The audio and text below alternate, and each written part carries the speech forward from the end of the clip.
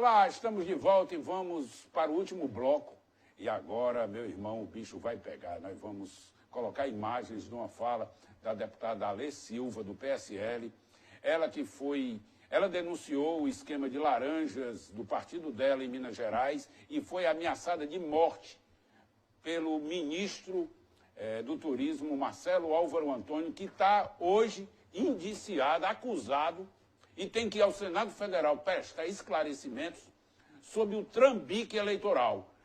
Inclusive, estão reabrindo procedimentos no âmbito do TSE para apurar o esquema criminoso que foi realizado em Minas Gerais e acabou, em tese, aí, beneficiando o próprio presidente da República. Daí a preocupação dele em chamar o delegado da Polícia Federal em Brasília, fora da pauta, para discutir o caso do Marcelo Álvaro Antônio. Por quê? Porque ele está envolvido na esculhambação. Vamos dar uma olhada aí no que disse numa chamadazinha do antagonista e depois um vídeo da deputada. Vamos ver. Tá aí, o vídeo diz assim, o vídeo quem trouxe foi o antagonista. Esse partido só quer dinheiro, que se dane o povo brasileiro, diz a deputada do PSL. Assista abaixo, nós vamos fazer agora a reprodução. A deputada Alê Silva, do PSL, durante a sessão de ontem na Comissão de Finanças e Tributação. A lei denunciou o laranjal em Minas Gerais envolvendo o ministro do Turismo, Marcelo Álvaro Antônio, que a ameaçou de morte. Vamos ver. Não vou. Respeito a Vossa Excelência. Com a palavra, deputada Alê Silva. Pois então, olha só, pessoal. Até o início da sessão, o meu nome estava ali no painel. Acabei de receber a comunicação que eu fui excluída da CFT por parte do meu partido. Aliás, meu partido até esse dado momento. Esse partido não é do governo, esse partido não é do Bolsonaro. Esse partido só quer dinheiro. E se dane o povo brasileiro. Só quer dinheiro.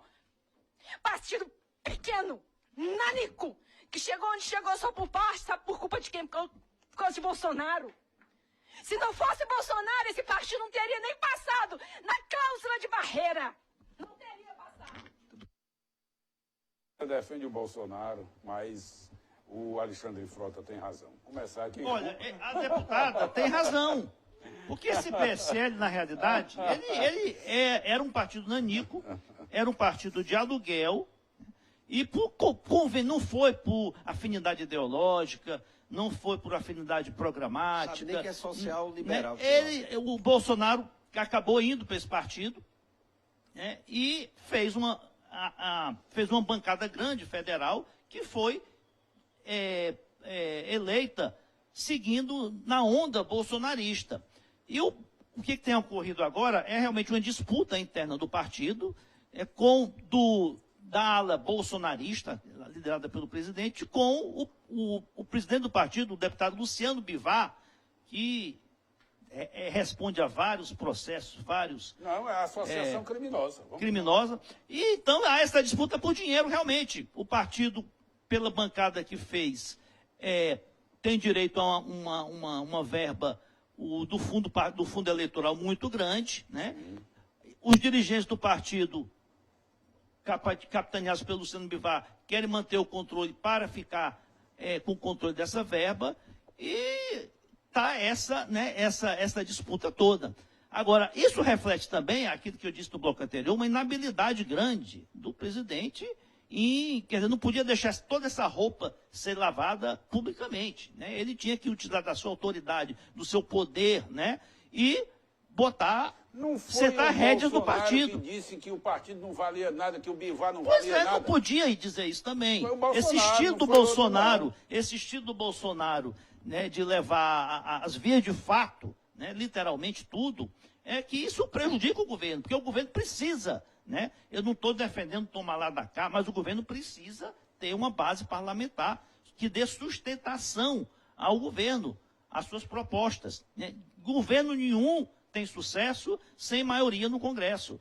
Pode até ser maiorias eventuais em votações. Agora, a doutora Carla tem razão. O presidente, ele tem se desviado das suas bandeiras, né? Quando ele insiste em manter no cargo o ministro do Turismo, né, Marcelo Álvaro Antônio, quando o próprio é investigado, já se tem provas de que ele atuou né, nesse laranjal em relação às candidaturas femininas de Minas Gerais, né? Inclusive ameaçando. Ele pode tomar alguma providência contra Marcelo Alvaro Antônio se ele foi beneficiário da situação? Mas, olha, ele está sendo incoerente, ele está sendo contraditório. O senador Fernando Bezerra, que teve agora, foi alvo de mandado de busca e apreensão, ele, o filho, e na sua residência, no próprio gabinete do Senado, e ele mantém na liderança do governo. Eu acho que ele pode até não condenar publicamente. Quem votou nele achando que ele era coerente, esqueça. Isso aí nunca foi o discurso dele. Ele já mudou de partido 9 vezes. A realidade é que, a partir do momento em que ele trocou mais de camisa do que o Ciro Gomes. A partir do momento em que o seu filho, né, o senador Flávio Bolsonaro, foi alvo, está sendo objeto de investigações, né, está se aprofundando em investigações, né, ele mudou totalmente a sua postura. Bolsonaro passou a querer, se alinhou àqueles que combatem, né, você sabe, Rafael, combatem a Lava Jato, que querem reprimir a atuação do Ministério Público, né? Então, Bolsonaro realmente, nesse ponto, em relação à questão do combate à corrupção, ele está sendo uma verdadeira decepção para o seu eleitorado. Rafael, você vem do parlamento. Você conhece como funciona o parlamento municipal e, por via de consequência, pela intimidade que você tem com o poder, você conhece também o funcionamento da política nacional, do Congresso Nacional. Você sabe que, às vezes, o que move o congressista, o parlamentar, seja ele na edilidade, seja ele na qualidade de deputado federal, senador da República, ele pensa no voto dele na nação, ele pensa na situação política dele, ele pensa na situação política do município que ele obtém voto, como ele será avaliado pelas pessoas, tudo isso ele vai sopesar. Agora o governo acenou com a possibilidade do seguinte. Primeiro, o governo federal, com relação a essa postura do PSL, primeiro, de querer expulsar o Bolsonaro, porque não quer mais lá. Tá patente que não quer. Aí o Bolsonaro acha que o pessoal está calado e a ala dele, aliada dele, deveria reagir ao Bivar, ao presidente. Tá? E o Bivar, por sua vez, está dizendo o seguinte: aqueles que são infiéis serão expulsos do partido. Resumo da ópera. Quem foi infiel está fora do fundo partidário para a próxima eleição. Quem apoiar o Bolsonaro não tem legenda para disputar, por exemplo, Joyce Halsemann para o governo. Não tem legenda. E aí? Prefeitura. Não tem por enquanto, né? Meu irmão, quem controla o partido... Não, estou dizendo o PSL, mas... Quem controla o partido, intervém o partido e acabou essa conversa. Você conhece. Tem sentido. Mudar de partido é outro 100 mil reais. Vai ser um fundo partidário. Que a discussão... 10 milhões de reais para cada parlamentar fiel. O problema que eu já vejo é essa questão do fundo partidário. Tá? Porque, vamos lá, nós vamos para as eleições municipais, onde temos milhares de candidatos a vereador. Quem é que vai dizer que é aquele vereador que tem ou não condição de receber dinheiro do fundo partidário? Então, o Bivar diz o seguinte: o Bolsonaro não tem mais nenhuma relação com o dono. PSL. Aí a cada partido tem o seu dono. E sofrer dessa discussão. E muitas vezes as pessoas ingressam nos partidos e não sabem a essência de cada partido. Como você já mesmo aqui disse, você tem o PSL, não tem. Você tem gente do PT que não sabe a essência do PT, você tem gente do PCdoB que não sabe o que é o PCdoB, MDB, todos. Então, hoje em dia a gente tem que discutir, porque ao invés de discutir a essência do partido, a ideologia partidária, a votação em lista, hoje vai discutir fundo partidário. Atenção a esse fato aqui, ó. O presidente do partido diz que o Bolsonaro não tem mais relação com o partido. Ele está excluído de fato. Não é de direito, mas de fato ele está excluído da direção. O PSL... Se cabe impeachment o presidente da nação, com certeza dentro do estatuto também há algo que se pode fazer. Então, isso aí é uma divergência que... Eu só gosto de manifestar... Briga de marido e mulher? Eu só gosto de manifestar se eu pegar ali o estatuto do PSL todinho, na qualidade de jurista, e dizer, olha, isso aqui dá para resolver dessa forma assim, assim. O PSL tinha 2 deputados federais. É dono de partido quando você tem uma liderança sobre aquele partido. Eu não acredito que o Bivar tem uma liderança maior do que a do presidente Bolsonaro sobre o partido. Como é que pode o presidente da República... Parece que tem. Tá Aliás, disputar poder com o Luciano Bivar. Um recado. esqueça aquela história de você mandar seu filho para ir de embaixador, que você não vai ter os votos nem do PSL. Alfredo, eu acho que isso aí denuncia uma questão muito grave no Brasil, né? Porque a gente fica discutindo assim no varejo e a gente não discute as grandes questões, né? Nós temos no Brasil hoje 35 agremiações partidárias, 75 agremiações em processo de formação. É claro que o multipartidarismo é uma conquista da democracia brasileira, mas são partidos criados com relativa facilidade. É mais fácil, pelo número de quantidades de assinaturas que se exige, criar um partido político do que, por exemplo, apresentar uma lei de iniciativa popular, que é um instrumento de democracia direto. Então, há uma relativa facilidade. E aí, o que acontece? Cria-se partidos à torta e à direita com um único objetivo: receber dinheiro do fundo partidário, que na eleição passada correspondeu a quase R$1 bilhão, e do fundo de campanhas eleitorais, que foi criado mais recentemente, também no ano passado, de quase 1,7 bilhões de reais. Dobrar. Porque tem a ver também com a arrecadação do Estado, né? E aí acontece que são siglas criadas somente para viabilizar candidaturas. Essa questão não é nova, né? Quem não lembra, por exemplo, como se elegeu o Fernando Collor de Mello, com a sigla Nanica, que ele criou para viabilizar a sua candidatura para presidente da República. E se elege. Isso é um problema muito sério, porque a nossa democracia é de partidos. No Brasil, o indivíduo, para se candidatar, ele não pode ser independente, ele tem que ter filiação partidária. O dinheiro que vai para as campanhas eleitorais é dinheiro do fundo partidário, do fundo de campanhas eleitorais, ou seja, destinado aos partidos políticos.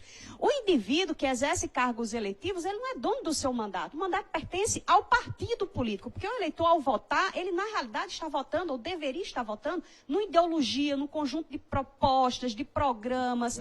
O grande problema... O STF quer discutir uma candidatura sem filiação partidária, né? Antiga essa discussão. Mas eu acho isso uma inconstitucionalidade tremenda, muito essa Constituição. Exatamente, porque a nossa democracia é de partidos, é assim que entende o nosso ordenamento. Nós vivemos numa democracia de partidos políticos. Então é necessário fortalecer os partidos políticos para que de fato a gente faça essa discussão.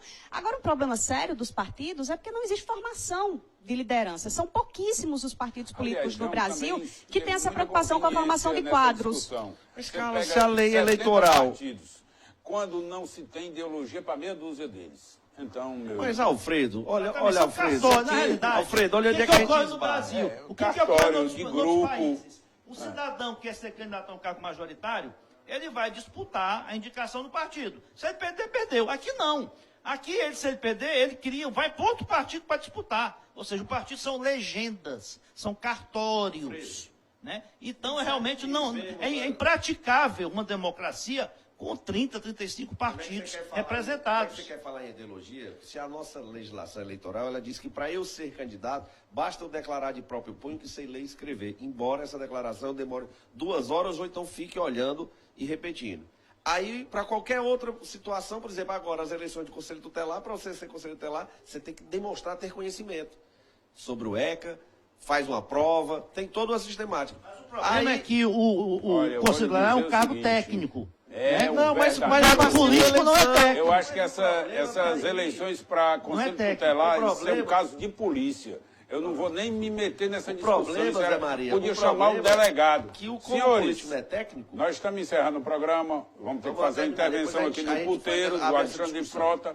E aqui, lembrar aqui, 1 minuto de silêncio quando se faz menção ao Lula e com relação a Marielle Franco é fake news. E aí também tem um print do Diário do Centro do Mundo, DCM. Vamos dar uma olhadinha nele aí. Vamos ver, tá aí. O que eu tinha feito uma referência, Bolsonaro dá passaporte diplomático a parente suspeito da morte de Marielle.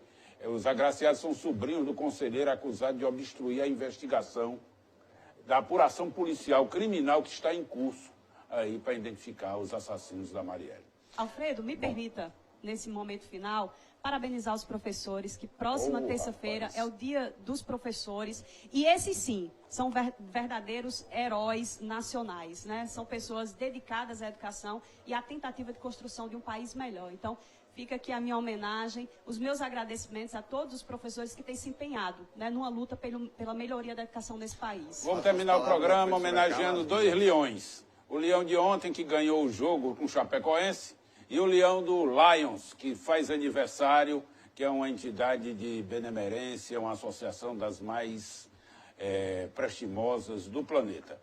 Senhores, vamos ficando por aqui. Muito obrigado pela audiência, pela atenção. Você vai ficar agora com Apaixonados pelo Futebol, com Bosco Farias e uma equipe nota 10. Forte abraço.